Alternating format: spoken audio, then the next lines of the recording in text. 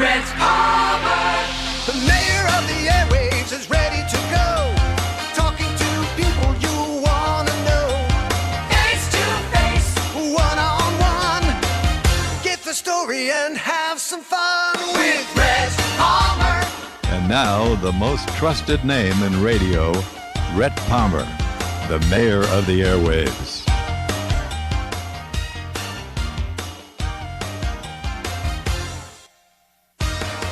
Hopkins is out there in Nevada. How you doing, Rich?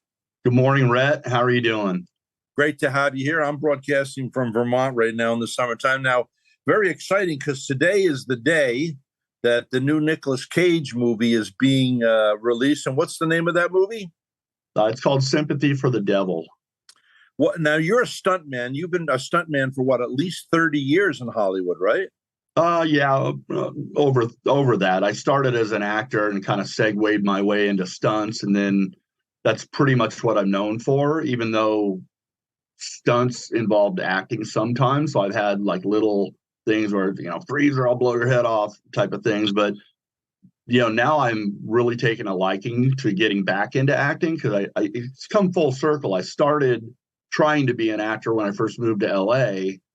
And then I was like, this isn't really for me. And I started gravitating towards stunt guys. And I'm like, I want to do that. I can do that.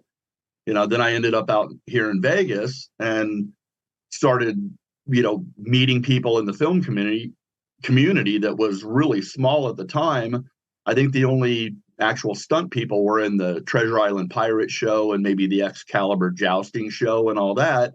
Yeah. But there was no stunt people, because most of the films that were shot in Vegas, and unfortunately still holds true, is they bring everybody with them, So light bulb went off in my head, and I'm like, hey, I'll start my own action sports and stunt company, and been rocking ever since. So now I've been fortunate enough to be able to land some acting roles, and my agent told me, like, you're getting up there. Do you want to still keep getting beat up and smacked around and all that? She goes, you could.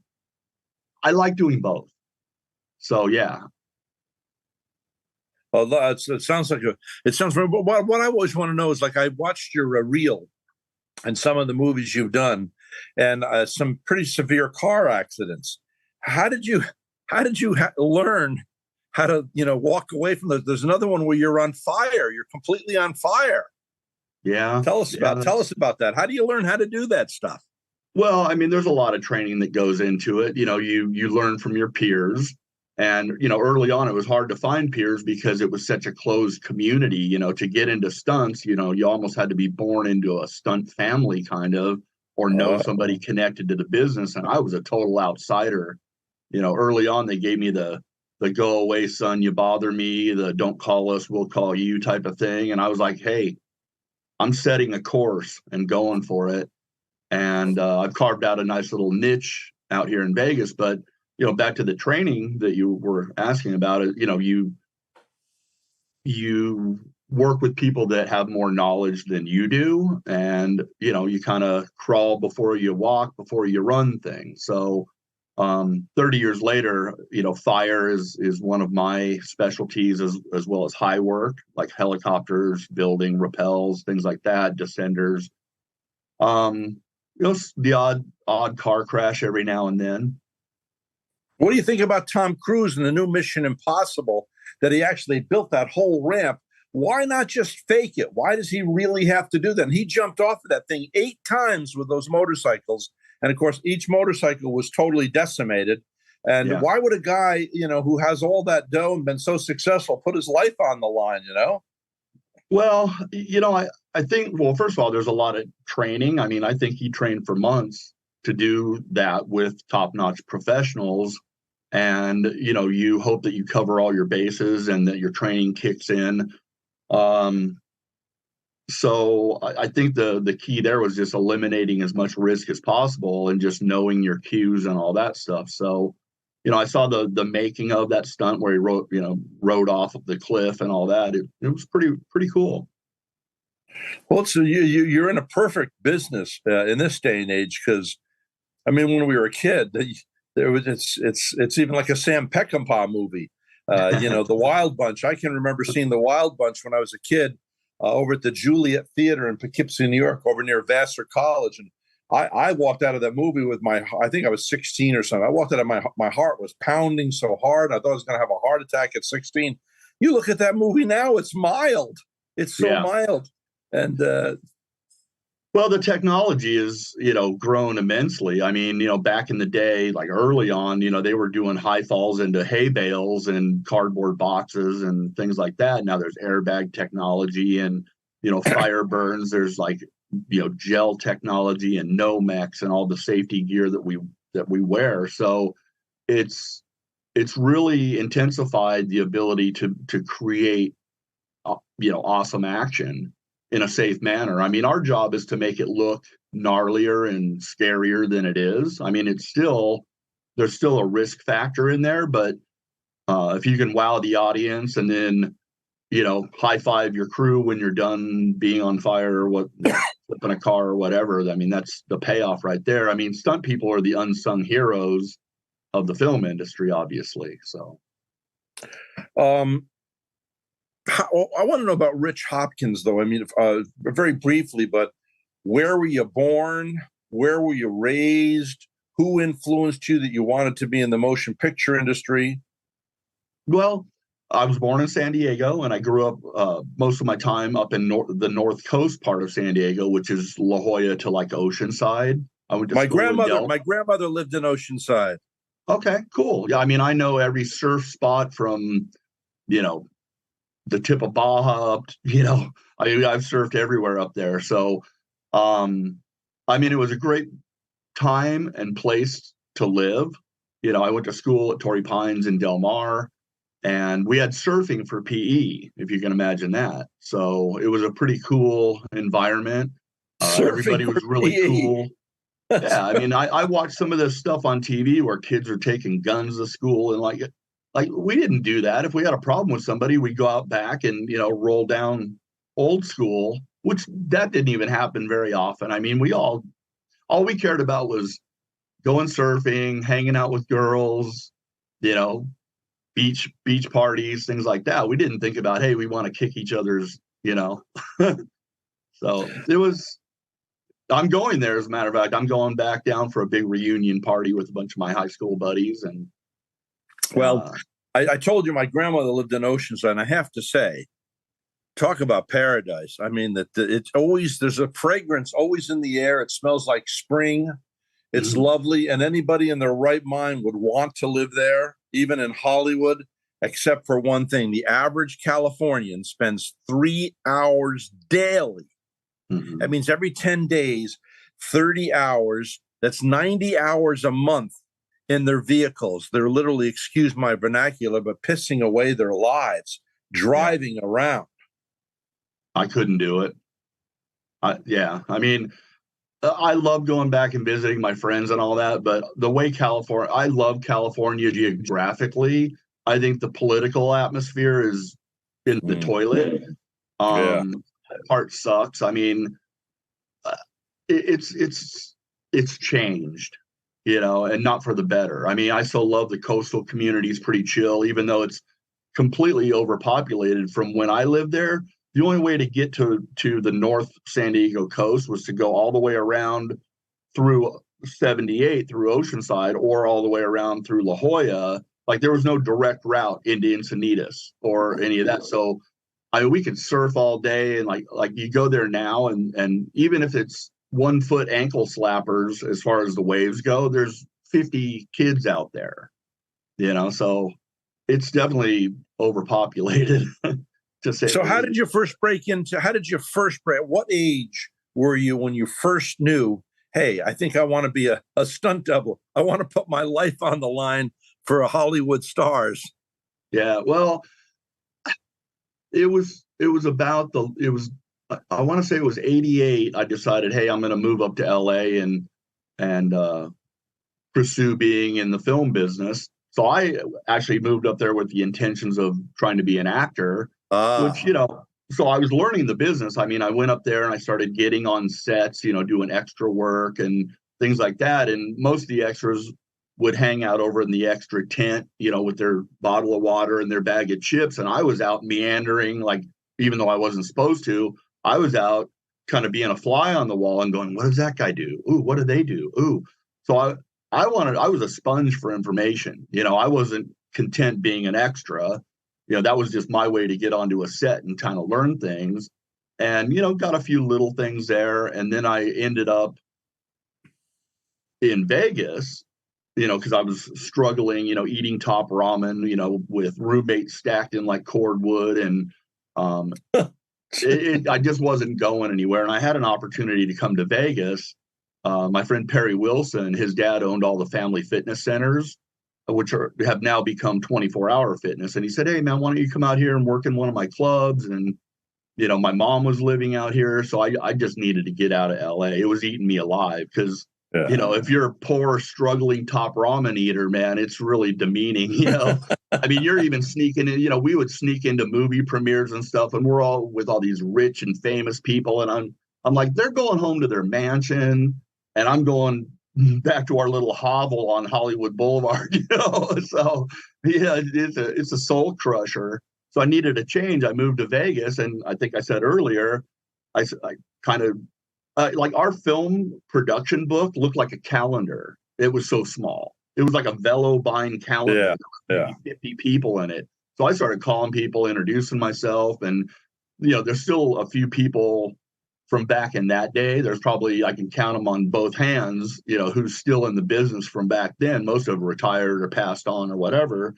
And I filled the void. I had this idea, hey, I'll start a stunt company out here. And we started primarily in action sports because that was my background, and doing live shows was real big back then. So we were touring around and doing inline skating, BMX, skateboard shows and things like that. And, I hosted a show called Planet X. I would go out and do segments for them. And so I was in the action sports world. We'd go interview other people at contests and stuff. So that's when I really started liking being on the camera.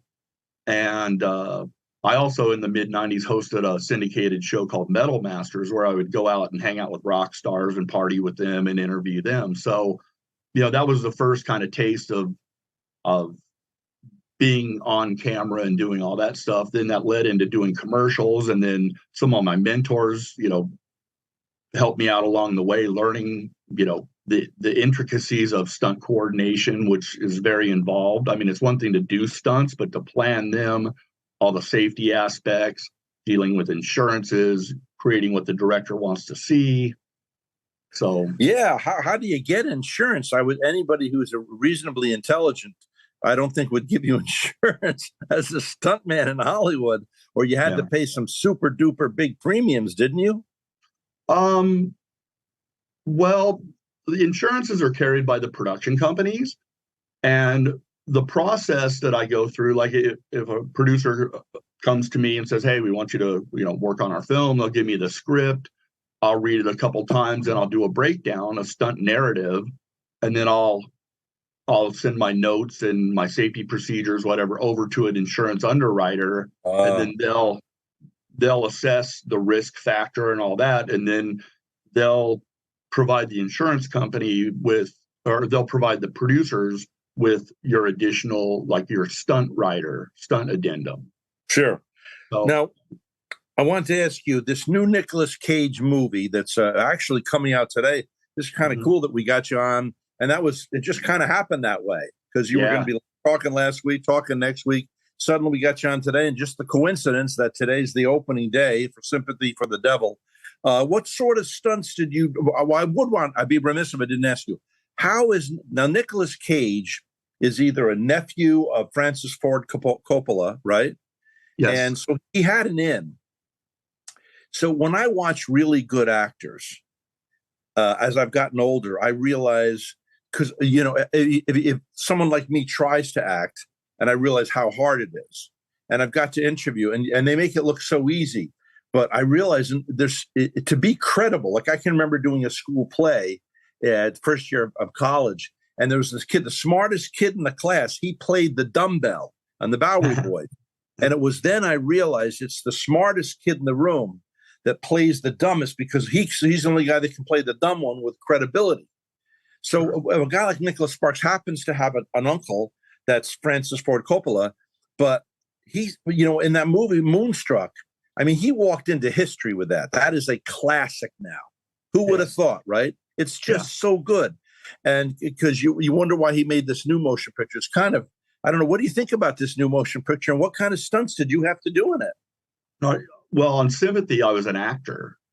Yeah. I mean, I'll tell you this. Well, first, like, to touch on Nick, and I mean, I know a little bit about his coming up, so to speak, but like when he first started auditioning and doing all that stuff, he was going by like, I think his first couple credits he put Nick Coppola, but then he didn't. I think that he didn't want to be the guy, the nepotism thing, so his name and all that stuff. But it didn't hurt him having an uncle, like Francis. He's incredible to watch work. How I ended up with Sympathy is I was actually contacted by one of the producers, Alan Unger, and he had sent me the script and said, "Hey man, we're going to be shooting in Vegas." And a side note to that is the film wasn't even supposed to shoot here in Vegas. Well, it turns out Nick said, "Look, I'll do your movie, but you got to shoot it in Vegas." Because we shot a year ago. So I think he's probably had his child by now, but his girlfriend or fiance at the time was pregnant. And he's like, "No, I want to be in Vegas. So you bring the movie to Vegas and I'll do it." So all of us, me and all my crew friends here in Vegas, we're grateful for that, that he would step up and say, "No, let's do it here." And, I would say probably 75% of the crew were Vegas crew. So I love when our locals work, and I love working with all my friends and stuff like that. Back to how I got into it, Alan sent me the script and said, "Hey, take a look at this. There's some action." So I was being looked at to be the stunt coordinator. So then I think it was a couple of weeks later, the director, Yuval Adler, rolled into town. I went down and met with him. We talked about some stuff. Then a couple of days later, I can't remember if it was in person or a phone call, but he's like, "Hey, man, I got some good news and bad news." And I was like, "Oh, here it comes." He goes, "I just worked with another stunt coordinator named Danny Wayne, and we really got along well, and we worked together good. So, I'm going to bring Danny in to coordinate the stunts." So right then I was like, "Oh, man." Oh, and he goes, "Well, now for the good news. I want you to read for the part of the trucker." And if you notice in the credits, nobody's got a name. You're the trucker? Hold on a second. You're the trucker sitting at the counter? Yes. No, you're kidding me. Yes. Now, and let me tell you why. See my hair? Yeah. Well, here's how I look, pretty much. I know. Okay. What would you do with all that hair? Okay, so my hair is undercut on the sides. Okay, so what I can do is, because I play a cop, I played like military, I just take my hair and put it in a man bun and put a hat on, and I would look like a recruit from the Marines. It's perceived. So, yeah. Well, now hold on. Now I want to. Maybe I don't want to ruin this for people. But I got to ask you. I mean, like, either you tell the truth, or the trucker's going to get it, and so is the waitress. He's going to shoot you. So, should I ask you if you get shot or not? Well, I think you probably want to watch the film, but let's just say all hell breaks loose. It's, but I had to read for the role still. He didn't just kind of, it wasn't like a consolation prize. Like, you're not going to be the stunt coordinator, but I'm going to throw you a bone. I actually had to read with the casting director and react to situations. They'd be like, So I went through the process, and I don't know how many other people were up for the role. I think I heard 3 or 4, maybe 5 other people read for it or whatever, and I ended up getting it. Being in there might have helped a little bit, but, it wasn't just, hey, throw the kid a bone, because it's a really pivotal scene, and there's a lot of reactions to what's all the chaos that's going on. So, Julie Goldman, casting director out here, I read with her, and she was telling me different reactions to do, and you've all liked it, and he said, "You got it." So, what amazes me is I never realized as an outsider I thought the director, the producer, but you've got these casting directors that people go out and they harass the producers, or they attempt to, or the directors thinking they can get into the movie business, when in fact, it's these quiet little people on the side that are the casting directors that make all the difference in the world, right? Yeah. Well, that was one of my discouragements early on, if that's a word, discouragement. Yeah. Early on, I wasn't a good cold reader. Like when I started in the late 80s, like I couldn't cold read good, and my confidence wasn't up. Hold on. What do you mean by cold reading? Where you've got to audition and you've got to read with a casting director. Yeah.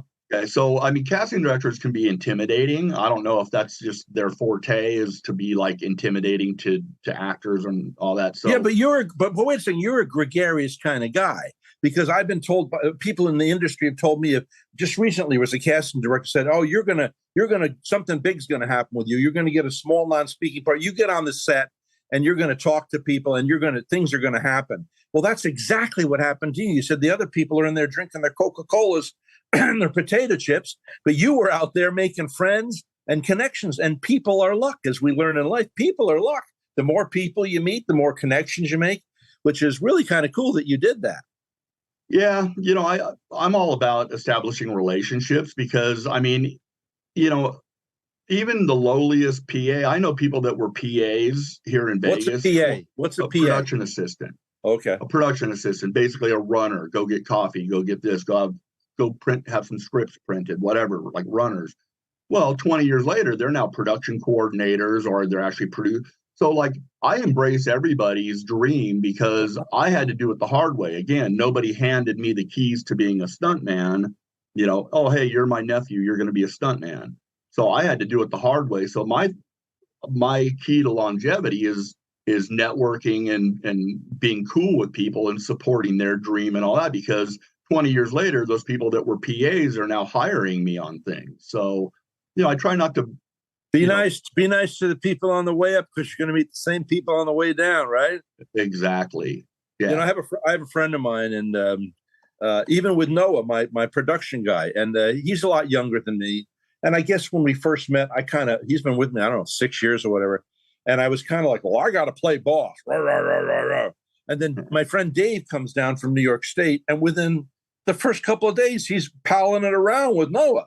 And I said, shoot, how does it? And I realized what he did is he treated Noah like his equal. And I realized, forget about the boss crap. You're working beside people, not for people. I don't want anybody working for me. I don't want to be an oppressor, And so what you said is really great. You were nice to the same people on the way up as the way down. I commend you. I wanted to ask you this, though. I have to ask you this, So who's a jerk? Is Nicolas Cage real? I know I don't want to cost you any future jobs, but who have you worked with that would be surprised to find out is really nice, and who puts on a false face and is really kind of like self-centered and superficial and doesn't care about others? Well, it's weird, because I mean, if you're talking about actors being standoffish and stuff, which you hear a lot. Well, not a lot, but you'll hear about people being difficult, as far as actors and this and that. But I've been on both sides of the fence, and I understand it more now. I mean, I've known for a while, but I really understand now that I'm diving back into doing some more acting. Like, you want to be focused on what you're doing. Like, you can't shoot, sit and shoot the what with people and just, and so what seems to be standoffish to some people is just them wanting to be in their space and be prepared. I mean, I've seen sometimes actors will sit and have lunch with, the cast and crew, or usually the director. They'll be talking about what's coming up. Some actors will either go grab their lunch and go back to their trailer, or, the bigger ones will have their assistant go get their lunch and come back to their trailer. And it's not because they don't want to hang out with everybody. They just want to be either in character, or they're reading the scene that's coming. Mentally rehearsing. I remember I used to sing. I'm a musician too. And I remember before a performance, I didn't want to talk to anybody because I was mentally rehearsing. Okay, I'm going to start off with this humorous comment. I'm going to sing this song. I'm going to do that. You're all in your head. And so I can understand that. Yeah, the focus. And some people, like, I remember thinking that Johnny Carson, I got to see the Johnny Carson show a couple of times. I got to interview Ed McMahon, and Cool. that he was rude because he wouldn't talk to anybody before the show. But now I know, because you come into my studio, like if you and I, we started this, we really kind of jumped right in. I'm glad, because I'd have people come into the green room. We start talking. You and I start talking, blah, blah, blah, blah, blah. We get along great. Oh, man, the electricity's flowing. Then we get on air, and suddenly you're looking at me like a frog in a rainstorm, blink, blink, blink, because we already told each other everything. So you kind of, I don't want to get to know you. I want to get to know you, in front of the mic, So Sure. I guess I can understand this. But by and large, do you think there's people, showbiz people are nice? They may be focused, but they're nice. Yeah, I think that like anytime I've ever seen an incident where there's been, an actor or talent that's unhappy or whatever, they're usually beefing it up with the producers about something. I think that most actors recognize that they can't do their craft and they can't do what they do and deliver a good performance without a great crew of people. So yeah, I think, and then the established and experienced crews will know when to communicate with an actor and when not to. So there's like on Sympathy, it was amazing for me. Even scenes that I wasn't in, I'd hang back. Like if the camera wasn't even on me, I'd still stay in my position to give them an eye line to me. If there's dialogue directed to me, even if I'm not on the camera, it's on them. I still have to give my performance. Even though I didn't know that. I thought sometimes they were talking to the air, but they actually put you there. Well, they wanted me to hang in there, where, the thing in the trailer where he's like, sit back down, like, I was there. I was sitting there. He wasn't just talking to, they didn't put a stand-in in for me, for him to say that too, and I wanted to be there anyway. I wanted to watch him work.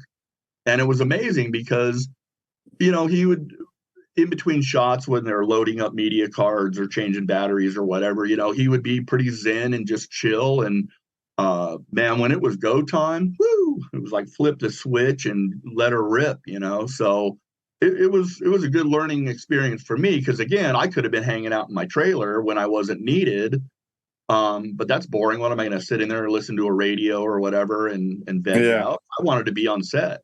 They say Clint Eastwood is great to work with, and a few other actors who have become directors and other directors. But can you tell us about some of the other films you've worked on, other directors you worked with, other stars, celebrities that you've worked with? Yeah, let me, somebody asked me the other day, I was talking to somebody and they were asking me like, if I remembered what my first stunt was. And I said, no, I don't. Maybe I've been hit on the head too much, or maybe it was so long ago. I mean, I've got a pretty good body of work put together, but, recently, so Sympathy comes out today. Well, 2 weeks from now, August 18th, there's a film coming out called Back on the Strip.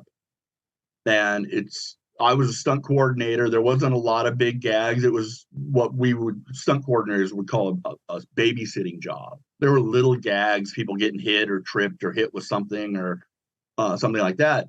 So that film had Wesley Snipes, Tiffany Haddish, Kevin Hart made an appearance in it and just hit it out of the park with this party scene that he did. So that's coming out, which we shot about a year ago as well. Like films take like a year to go through their whole post-production, ADR, all that stuff. Recently, I think it was 2 months ago now, I got a call from a stunt coordinator named Phil Tan, who I had worked with, did some rigging for about a couple years ago. And he calls up and he goes, hey man, we're shooting in Vegas, and I've got a high profile actor that I need you to be in a scene with, because the scene was basically us pulling up, like coming in hot in a a Bronco or a Blaze or something. I'm driving, got the talent next to me. We pull up, we're playing FBI agents, and then we jump out, we draw down on this serial killer. We're taking this guy into custody or whatever. He didn't tell me who I was going to be working with. I think he didn't want to freak me out or whatever, but I show up on set and it turns out I'm working with Mel Gibson.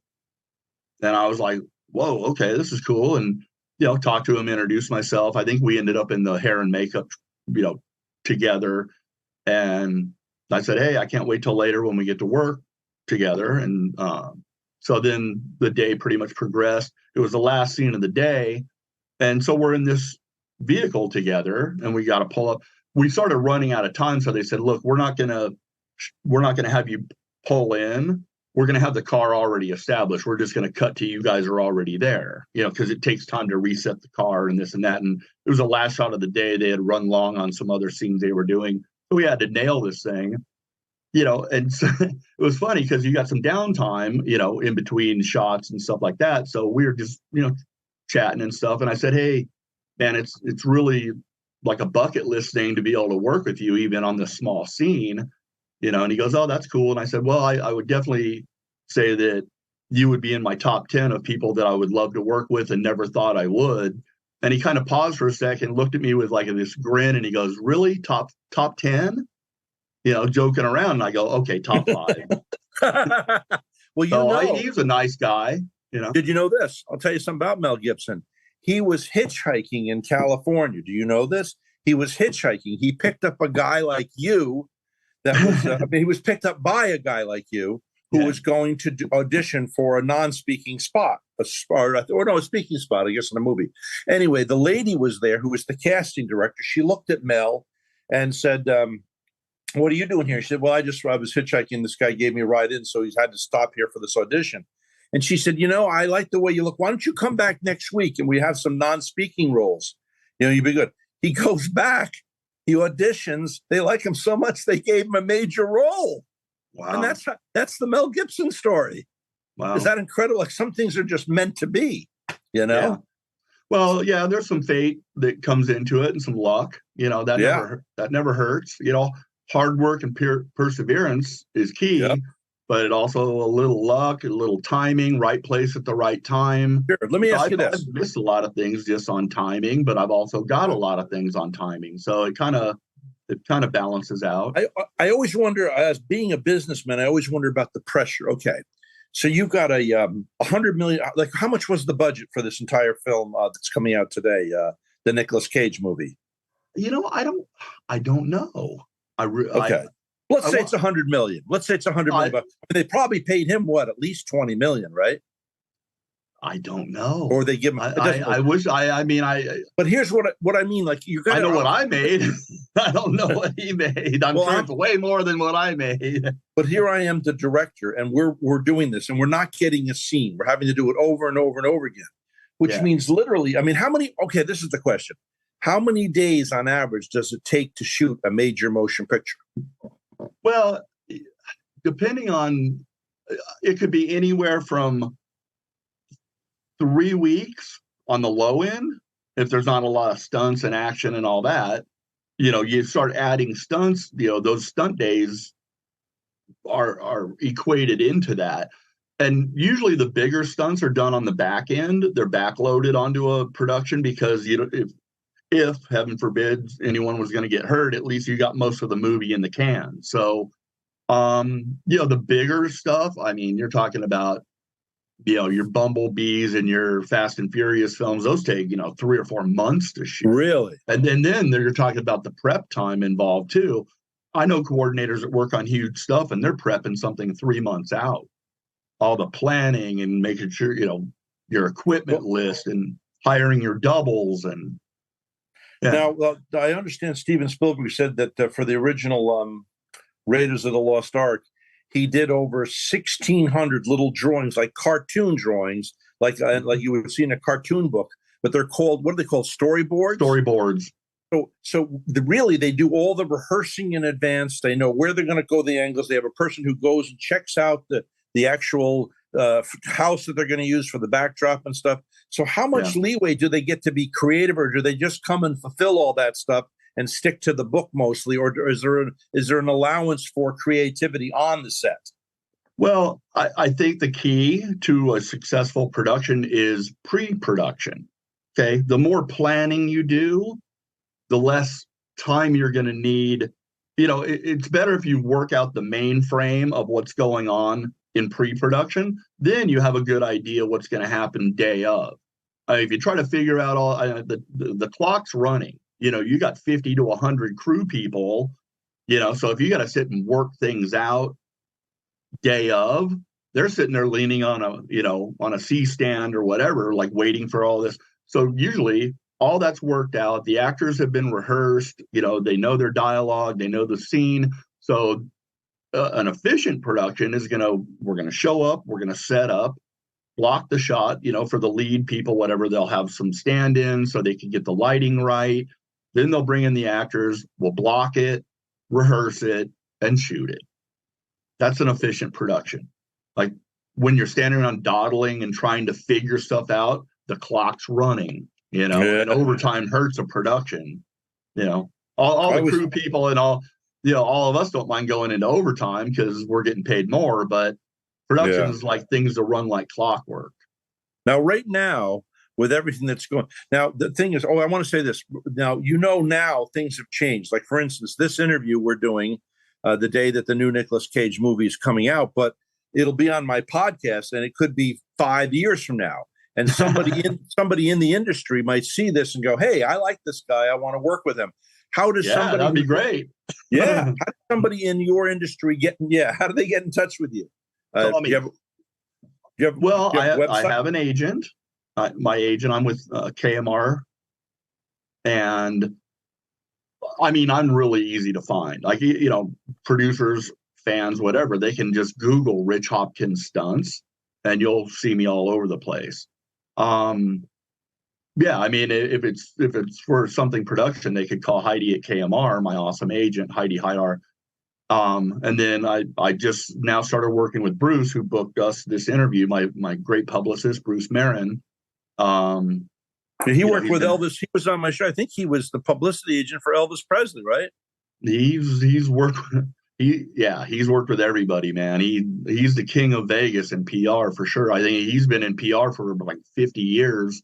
So he was in the glory days of Vegas and stuff, but he's definitely a staple here in Vegas. Him and I have been friends for like 25, 30 years, and we'd go to lunch and talk. I'd tell him what I'm doing, and he'd go, "Oh, that's cool," and all that. And I'd be like hinting around, can you do something for me? And he, in his Bruce way, would be like, kind of gave me the "you're not ready," deal or whatever. And finally, we got together, and we've been working well. We've been working very well together. Now, Jerry Seinfeld said he doesn't want to make any more motion pictures. He says all you do is wait around. Now, recently I did a TV commercial. It took one day, but they're doing all the lighting and all the stuff. Finally, then they want you to come and act and say 2 words, and then you got to wait another 3 hours before you say the next 3 words. It was only a 15-second commercial. So is it true what Jerry said, that it's just a lot of waiting around while they're fixing the cameras and the lighting and blah, blah, blah? Yes. There is a lot of hurry up and wait. Especially, in my situation, I was a supporting, featured character or whatever. So, I'm not in every scene, even in this diner scene, which takes, 20, 25 minutes of the film. It's about 20 pages of the script. Yeah. Kind of rule of thumb, each page represents about a minute. So it's a pretty big pivotal scene, and it jumps around a lot. He's in the kitchen, he's in the diner, he's harassing people, and I'm his main antagonist. I basically, like, my role in that is like I play this hard-nosed redneck trucker sitting at a diner eating, and Nick walks in with Joel Kinnaman. And, nobody knows what's going on. We don't know if he's hostage, whatever. Like, they sit down, and then, I start in on him right away because he's dressed in this crazy, if you saw the trailer, he's dressed in this crazy red suit, and his hair's like flaming red, almost mohawkish, So, of course, me being the redneck trucker, I look at him and start giving him grief. I'm trying to keep it PG here. So. Yeah, there's a lot of downtime. You got to keep your energy level up and stuff like that. There would be times where I wasn't needed, and a scene taking place in the kitchen. There's no room for me to watch what he's doing there, so I'd go camp out in my trailer. And wait, so was this in a real diner? Yes, yeah, it was. It was actually done in a diner that was, I believe, it was closed down. Wow. Yeah. And we were there over a week. I think my shoot days were 6 or 7 shoot days. And there was a weekend over there too, which, I couldn't wait for the weekend to end so I could get back on set. But yeah, I mean, Jerry's right. I mean, it's easy for him to say that he doesn't want to do this or that because of whatever reason he gave, but like, he doesn't need to work a day in his life. I mean, just off Seinfeld, I mean, he's rolling, so he doesn't have to work. I know that the actors on Friends get a $20 million a year in residuals for the rest of their life. Seinfeld supposedly did something outrageous. I don't know what he did, but he gets $1 billion in residuals every 4 years. Unprecedented. He just happened to do the right thing at the right time. But now about you. Now you're in this motion picture. So you're a member of the union. So you'll receive residuals on this for, like, when you're an old man and you're 90, they're going to go to the mailbox and there's going to be some check there. It might be, it might be for a couple of hundred. It might be for 20,000. But I mean, that's got to feel good, right? Yeah. Well, thank you for extending my life to 90. I'll be happy if I make it that far. I've almost been taken out a bunch of times already by various things. Yeah, I mean, residuals are great. I think that's one of the sticking points with what's going on with the strike and stuff right now. Yeah. But yeah, I mean, you have a beneficiary that you name with SAG. So like when I kick the bucket, my son, if he's good, he'll get my residual money. Hey, let me ask you this. Were you ever hurt? Were you ever hurt on any? I mean, you've done all these stunts. I saw one where you were on fire, which I wouldn't do that for LT in China. I saw another one where you're in a truck and it turns completely over. I mean, so how you coordinate? Have you ever been hurt on these things? Or well, luckily I've learned from some of the best.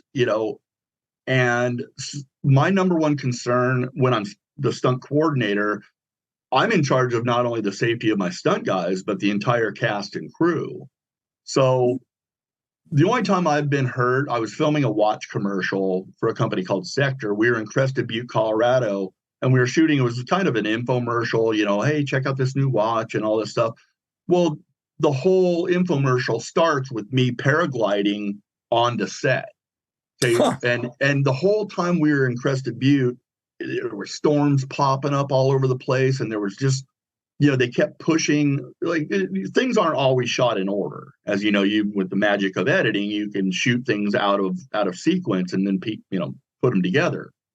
So the money shot was me paragliding into set, and we couldn't get the shot. We had to keep pausing. The rain would come. We'd all run into this big mansion they rented there in Crested Butte, wait for the sun to come out, and then we'd shoot some dialogue. So it's the very last day. There was a little window of opportunity that opened up. So I went up onto this ridge and I took off in a paraglider, and I'm set up perfectly to land. I only had to clear a split rail fence and get over that. Well, in front of the split rail fence, there was like this little gully, which created some like a rotor effect. And then the wind was real shifty. And I mean, you can see in the clip, I'm fighting my paraglider just to keep it level and all that. And right at the last minute, I just dropped about 20 feet of altitude, and my whole body just went through this fence. Oh. My ankle exploded. My back got all jacked up. So that's the only time I've ever been seriously hurt on a set. And the worst part of that is getting out of Gunnison in the little puddle jumper plane to get over to Denver. And it's like stormy and my back's messed up. And, they felt so bad for me in Denver to get me back to Vegas that they put me in first class. Well, that's good. Yeah. Hey, yeah. So listen, we're almost out of time for today, but you've been a great, great interview, and thank you for being so forthcoming. I want to make sure, first of all, in case there is a producer or a director who listens to this, views it, whether it's in 10 minutes from now or 10 years from now, and they want to work with you, how do people get in touch with you?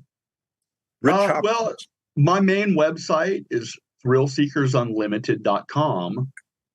Thrill Seekers Unlimited. Any industry people obviously can find me through the industry resources. Again, KMR Stunts is my agent. Okay. I'm pretty easy to find. I mean, I make it easy for those type of people to find me, believe it. Sure. Let me ask you this. Is there anything that you maybe in your head you rehearsed wanting to talk about today that I was remiss in asking you? Well, Any? let me look at my talking points. I come prepared. Let's see here. Hmm. Yeah, well, I think a parting word for people that are getting in the business again is perseverance. And I've had a lot of challenges, different surgeries, and you get beat up a little bit. And at any stage of the game, I could have just thrown in the towel and said, okay, enough's enough. Like, I've had open heart surgery. That wasn't from stunts. I found out I got it. I'm trying to make it brief because I know we're tapering off here. I got in a bad car accident in 1984 and I broke my neck. And the good part of that is while I was in the hospital, they found out I had a hole in my heart. So I'd be dead by now. You and I would not be talking right now. So in 1986, after I healed from the broken neck, they went in and it was old school too. It was like, I have a zipper right here because back in the day, they didn't have the procedure to go under the armpit and go in that way. They cut me open, rib spreader, the whole deal, sewed my heart back up. And, so that was kind of a stumbling point, but that also gave me incentive to keep pushing forward. But like right now, I have no spleen, no gallbladder, no appendix. I've broken my neck twice. I've broken my back twice. I've blown out both my ankles, fingers, toes, just things. And most of the time you get hurt, you're practicing, rehearsing, and I used to do a lot of action sports like inline skate. So, you're hitting handrails and racking yourself on that. So, the biggie was with all the injuries, I actually had sciatica really bad, and that morphed its way into spinal stenosis. I ended up semi-paralyzed, and in the hospital, I had to have a major laminectomy. And the scary part is laying in the hospital and having a doctor come in, with his chart and go, "Oh, I see you're a professional stuntman. You may want to think about a new career," And I'm like, "Oh God, what do I do?" And I told him, I go, "Doc, right as they wheeled me in, I said, man, you do your job so I can get back to doing my job." And I could have thrown in the towel there and had a pity party and all this because, I had my motor skills, but I was still numb from my waist down. You had to go through physical therapy and all that stuff? I did. I rehabbed myself because I was in the gym business, like I talked about earlier. Oh, yeah. I went from a walker for 2 weeks to crutches for 2 weeks and then onto a cane. 8 weeks later, I was rappelling out of a helicopter in Louisville, Kentucky for Geek Squad. I went into the doctor for my check, my 8-week checkup or whatever. And I set down these pictures on the table we were sitting at. And he's looking at me. He goes, "Whoa, these are rad. Who's this?" And I go, "That's me right there." And he was blown away. So I mean, never give up. That's my Well, message. the thing is, you are getting older. You're a lot younger than me, but you are getting old. We're all getting older. And the good news is that you got this. It's an important role. You're one of the lead guys in this new Nicolas Cage movies. Congratulations. And so this will lead to other maybe non-stunt activity for you as you become an older man, because you can only do, I mean, how old can you be when you're still doing stunts? Well, like the driving stuff, I'm going to keep going. I love doing it and I don't want to stop, but I have certain limitations. Like I'm not taking stair falls or getting hit by cars. That's a young man's game. Like I spend a lot of time, I'm a stunt coordinator. So even though I like to throw myself in the mix, it's a little safer behind the camera. Oh, I see. I stand in Video Village with the director watching the shots as they happen. And then we'll watch playback to make sure everything's working. You're in management now. I'm sorry? You're in management now. Well, yeah. I mean, my agent said, okay, look, going back to acting is good. Stunt coordinating, I've made it this far. I'd like to kind of have the tail end of my career be safe, and then less injuries. But I mean, even in Sympathy, there is a stunt that involves my character at the end because I don't want to give it away, but bad things happen to me. Let's put it that way. Oh no! So I was hired as an actor. I'm a principal performer, but there is little action happens at the end. So go see it. Yeah, I saw the coming attractions, and that's a lead role. I didn't realize that was you because in the movie you don't have this hair, you know. So I'm the chameleon, man. yeah, I look like that. yeah. Truck driving man. Yeah. That's it. Hey, Hey, man. listen, Rich, you've been a great interview. I hope we can do more in the future. I know you have Yeah. other interviews set up for today, but and thank Bruce. Is it Bruce Marin? That's his name. Yes. Yeah. Thank him so much. He's such a pro, and so are you. You're a great interview, and good luck, and may the Lord protect you when you're doing these stunts. All right, now I can't wait to see the movie. Me too. I haven't seen it yet. Oh, really? So will you just Well, kind of yeah, into I a mean, regular unfortunately, theater? Well, this strike kind of jacked things up. There was supposed to be a screening, a premiere, a wide theatrical release, which I understand they've throttled that back only to major cities. And like I've looked, I don't even think it's going to be in a theater here. They did set up a screening for cast and crew on August 18th, but I haven't even seen it yet. I've just seen the trailer like you have. And I mean, I was fortunate to be in like 4 shots of the trailer, which is cool. Yeah. And again, it's cool that you didn't even recognize me. So I'm doing something right? I'm a character actor. Oh, So it's like I know I'm going to be watching, and I'll be going, "That's not the guy I interviewed. That's not that's the guy." me. That's. Hey, listen, thank you very much, Rich Hopkins. Thank you for having me. Yeah. I'll see you soon. Okay. Thank you, Rich. All right.